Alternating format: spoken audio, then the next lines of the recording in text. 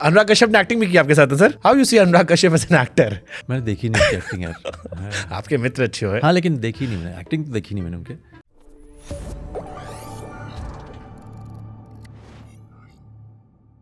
अनुराग कश्यप ने एक्टिंग भी की आपके साथ है सर. एक कोई सीन मैंने देखा था, आई थिंक गुलाल में शायद उनका सीन है. गुलाल में आपको बधाई देने आते हैं वो. हाँ हाँ गुलाल में. हाँ, मैंने कल ही रात देखी, बधाई देने आते हैं. अच्छा गुलाल में. अभी उन्होंने एक वेब सीरीज में भी एक्टिंग की थी, आई थिंक हॉटस्टार पे आई थी. अच्छा how you see Anurag Kashyap as an actor? मैंने देखी नहीं उसकी एक्टिंग यार. आपके मित्र अच्छे हुए. हाँ लेकिन देखी नहीं मैंने एक्टिंग, तो देखी नहीं मैंने उनके. Not yet seen this whatever you are talking about. I not seen that. मतलब कम ही देखता हूँ ऐसे सब चीज़ें मैं. खैर मैं पब्लिकली क्यों बोलूँ ये सब चीज़ें, बट या मेरे खुद का काम जो है थोड़ा सा मैं ढीला हूँ उस मामले में. तो चलो, जैसे एक हो गया आपकी फिल्म लाइफ है, आप, मैं समझ गया आप बहुत पैशनेट हो, काम में आते हो, खो गए उस टाइम, आपको कोई नहीं चाहिए बात करने के लिए, डिस्टर्ब करने के लिए, आपको एक जोन है. नहीं मैं वो ऐसा नहीं हूँ. अच्छा, ऐसा नहीं है. Don't think of me as some serious boring. ऐसा नहीं है. काम के वक्त मेरा एन्जॉयमेंट काम है. मतलब दैट्स व्हाट आई मेंट. हाँ, काम के अंदर जो एक है ना, एक ऊर्जा, एक स्फूर्ति, वो सारी चीज़ें आ जाती. फैमिली मैन कैसे हो आप? वो मैं कैसे बताऊँ. ठीक ठाक हूँ. ओके. ठीक ठाक हूँ. जैसे कई हम जिस मीडिया इंडस्ट्री में हम आते हैं, यहाँ पर अक्सर एक धारणा हमारे यहाँ बनी है कि जो लोग बहुत सक्सेसफुल होते हैं वो थोड़ा सा बैलेंस नहीं कर पाते हैं. मुझे भी कई बार लगता है, मेरी शादी नहीं हुई बट मुझे ये डर लगता है कि मैं शादी कर लूंगा तो करियर और ये मैनेज नहीं कर पाऊंगा. डरते भी हमारी जनरेशन में लोग शादी को लेकर है. मेरा बैलेंस है, इसका मतलब शायद मैं सक्सेसफुल नहीं हूँ. I don't know. आप सक्सेसफल है, मतलब बहुत लिमिटेड लोग हैं. शाहरुख खान है, अगर आप कह रहे हो, आप भी ऐसा कर रहे हो. नहीं ठीक ठाक है. मेरी लाइफ तो अच्छी चल रही है. कैसे बैलेंस करते हैं वर्क लाइफ और पर्सनल लाइफ? कुछ एक्सेप्टेंस होता है ना. You have to accept. You can not be thinking that I will do everything. There are certain things आपको करना पड़ता है प्रोफेशन के लिए, और वो अपने आप बैलेंस हो जाता है. You don't need to balance. I think the day you आपने दो पैर पे चलना सीखा है, उस दिन से आप बैलेंस सीख गए. You know, because balance doesn't come from the feet, it comes from the mind.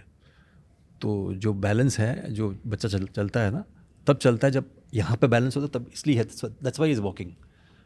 The moment you do that you already have a balance. I don't think. Black Friday या हज़ारों ख्वाहिशें ऐसी, किसने आपको ज़्यादा सिखाया, ज़्यादा बेहतरीन कलाकार बनाया, या किसकी बेहतरीन कलाकार का पता नहीं आया. ज़्यादा आपको क्या लगता है, मतलब अगर दोनों में से एक फिल्म लेना आपको? मैं क्यों लूँ एक film? I can understand. Either और मैं जीता ही नहीं हूँ. मैं मानता हूँ कि धूप छाँव दोनों साथ में होते हैं ना. You can't just have, I will have sun without a shade. ऐसा हो नहीं सकता. अगर सन है तो उसका आपका शैडो पड़ेगा ही पड़ेगा. सो प्रेस कहाँ ज़्यादा मिला? ये तो चलिए जनता का पॉइंट ऑफ व्यू हो गया. मतलब कौन सा? हज़ारों ख्वाहिशें ऐसी या ब्लैक फ्राइडे? दोनों equal and praise. Black Friday बेचारा, मतलब वो फिल्म रुकी रही रिलीज के लिए. तो आपका अनुराग का ये सीन. हाँ कुछ तो है. हज़ारों ख्वाहिशें रिलीज जब हुई थी तब बहुत बड़ी, आई थिंक हज़ारों ख्वाहिशें वॉज सुधीर्स बेस्ट फिल्म. ये मेरा मानना है. मतलब उस प्रकार का एपिक दोबारा बनाना क्रांतिकारी है. मुश्किल नहीं, एपिक है वो. मतलब वो पूरा का पूरा स्टोरी है ना, वो दैट रिक्वायर्स सेपरेट ग्रेन. वो बनाना बड़ा मुश्किल है. तो I think that was a big film. Black Friday was perhaps the first docu cinema बोल सकते हैं उसको इन इंडिया. इसको थोड़ा एलैबोरेट करेंगे सर? मतलब डॉक्यू सिनेमा कैसा है कि सारे किरदारों का नाम असली है, इंसिडेंट्स भी असली है, लेकिन सिनेमा है. सो डॉक्यूमेंट्री का एक फील है, क्योंकि नाम सब सेम है. राकेश मारिया हैं, वो है सब, वो है टाइगर मेमन, वो है नाम भी टाइगर मेमन है, लेकिन सिनेमा है. It's not a documentary. So इसलिए डॉक्यू सिनेमा जो है ना, उस प्रकार का. फॉर एग्जांपल म्यूनिक बनी थी डॉक्यू सिनेमा, यू नो, एक दो बाहर भी बनी थी, उससे बेहतर है ब्लैक फ्राइडे. ओके. गुलाल मेरी बड़ी पसंदीदा फिल्मों में से एक है. मैंने रेखा भारद्वाज जी का भी इंटरव्यू किया, उन्होंने उसमें गाना गाया था. और कई लोग, मुझे लगता है कुछ फिल्में ऐसी होती हैं जो वक्त के साथ, वो कहते हैं जैसे पुरानी शराब को लेकर लोग कहते हैं कि जितनी पुरानी होती जाए उतना ज़्यादा उसके बारे में और चर्चाएं होती हैं. गुलाल मुझे ऐसी एक फिल्म लगती है, और जब भी मैं उसका वो ओपनिंग सीन ओपन करता हूँ तो वो क्या कंटेंट है वो गया अलग, उससे मुझे कोई लेना देना नहीं है, बट वो जो क्लोज शॉट, आंखों में एक्सप्रेशन और वो तिलक आपका, बड़ा कन्विक्शन के साथ वो आता है. गुलाल ने क्या बदला आपकी लाइफ में? बिकॉज बहुत सारे लोगों ने मुझसे कहा कि गुलाल पे बात कीजिएगा के मेनन से. गुलाल एक्चुअली 2 हिस्सों में बनी थी। बीच में जामू सुगन जो प्रोड्यूसर थे वो गुजर गए, तो इसलिए पहला हाफ बन चुका था ऑलमोस्ट, मतलब पहला हाफ नहीं बोल सकते बट हाफ शूटिंग हो चुकी थी। हमको लगा डब्बे में चलेगी ये फिल्म, अभी तो होगी नहीं। 2 साल बाद दोबारा रिवाइव किया उसको, तो बाकी शूटिंग जो है 2 साल के बाद हुई। वहाँ मैं क्रेडिट देना चाहूँगा पूरी टीम को, बिकॉज वो टीम शर्ट का कलर से लेकर के क्योंकि वो लाइटिंग ऐसी थी कि वो शर्ट का कलर समझ में नहीं आ रहा था 2 साल के बाद, ये कौन सा पहना था यार, मरून था कि रेड था, क्योंकि ब्लू लाइटिंग है तो उसमें अलग, so you can't make out, and people had given up कि ये तो फिल्म होने नहीं वाली दोबारा, लेकिन हमने कंप्लीट की एंड इट सीमलेस लगती है फिल्म। Credit goes to the production team and everybody. एक तो वो, और दूसरा मुझे तो बड़ा मज़ा आया काम करने में यार, मतलब वो स्पीच खैर आइकॉनिक सी हो गई थी। द लोकेशंस, वो सॉल्ट ड्यून जो है ना, वो नमक का वो सब सारी चीज़ें, एंड वो सिनेमा, उस प्रकार की सिनेमा का लैंग्वेज शायद आजकल देखने को नहीं मिलता, सिनेमैटिक लैंग्वेज जिसको बोलते हैं, वो भी एक बड़ा यूनिक चीज़ है उस फिल्म के अंदर। पीयूष मिश्रा किरदार, पीयूष मिश्रा, अरे बाप रे, Piyush was very good in that, by God, मतलब कमाल के थे। वो सारा जितना उनका साहित्य था और पोइट्री थी सब डाल दिया उन्होंने अंदर, बहुत बढ़िया। गाने जो पीयूष ने लिखे, आरंभ है प्रचंड, मतलब ये दुनिया अगर मिल भी जाए तो क्या है का इस तरह से चेंज करके उसको पेश करना, ये जीनियस वाली बात है according to me. I don't think anybody is capable of that.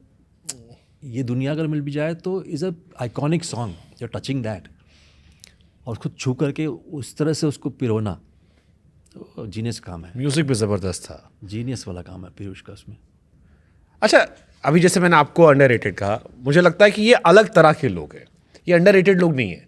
अब मुझे पीयूष जी के लिए भी ख्याल आएगा फिर अब कि यार इतने कमाल के एक्टर हैं, चाहे वो गैंग्स ऑफ वासेपुर हो या गुलाल में हो, मतलब जान थे उस फिल्म की वो। गैंग्स ऑफ वासेपुर में पूरी डिस्क्रिप्शन होने की कहानी थी और गुलाल में थी। आपका फेवरेट कैरेक्टर कौन था अपने अलावा गुलाल में? पीयूष इज सो गुड, मतलब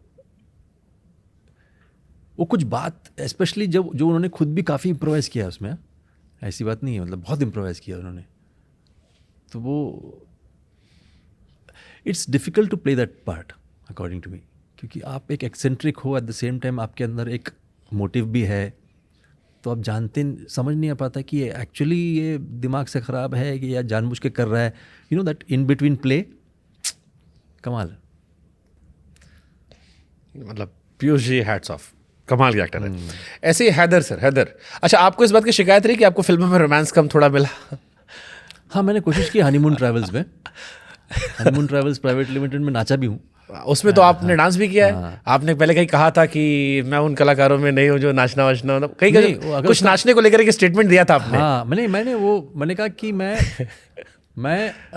लाइक इसके ऊपर ही, मतलब हनीमून ट्रैवल्स में जब सजना जी वारी जब आता है गाना, तो उसका एक संदर्भ है, ये है कि वो एक बंदा जो एकदम नर्डी हस्बैंड मटेरियल है, बंगाली, गांगुली या पता नाम, I don't remember his name now in that, जो भी नाम था उसका, तो वो नर्डी हस्बैंड है इनफैक्ट, तो उसको प्यास लगती है, तो वो कुछ यंगस्टर्स हैं वहाँ कुछ पी रहे हैं, बोले थोड़ा पिला दो यार, तो कोक पिला देते हैं उनको, कोक या जो भी था, कोला पिलाते, उसमें वो स्पाइक करते हैं, एक्सटेसी कुछ डाल देते हैं उसके अंदर, तो ये पी लेता है। तो जब पीने के बाद, मैं तो कभी करता नहीं हूँ सब चीज़ें, तो जो फिल्म बना रहे थे वो बहुत एक्सपर्ट है इन सब चीज़ों में, तो मैंने उनसे ज्ञान प्राप्त किया, भैया ये होने के बाद क्या होता है। उन्होंने कहा ऐसा है कि आपको लगता है कि पूरी दुनिया से आपको प्यार है, हाँ ढिमकाना सब जो भी है, आप चबाते हो, ऐसा कुछ करते हो आप पूरा, तो मैंने कहा अच्छा ओके। तो वो किरदार जब बदलता है ना, इसलिए वो नाचता है, so he doesn't do a 1 2 3 step, वो एरोबिक वाली डांसिंग नहीं कर रहा है वो। हाँ, वो देसी लौंडा हमारा। हाँ, वो तो मतलब छूट पड़ा।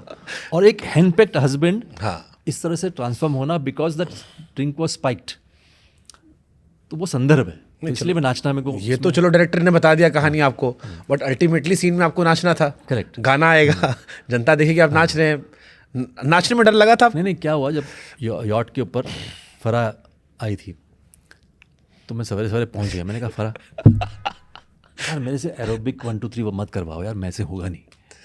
अच्छा क्या करेगा तू? तो मैंने कहा यार छोड़ दो ना मेरे को, ये ऐसा है, मैं I will make it a part of the act. तो ओके, तो मैंने शुरू कर दी। तो मेरा ये कन्विक्शन था कि मैं ये एक्टिंग का हिस्सा है मेरा, मैं डांसिंग स्किल दिखाने के लिए मैं नहीं कर रहा हूँ, समझ लो। तो ये एक्टिंग का हिस्सा है, तो एक्टिंग का हिस्से में मैं आई एम वेरी कंफर्टेबल। तो चाहे वो एक्टिंग का हिस्सा फाइटिंग हो या डांसिंग हो, आई विल डू इट।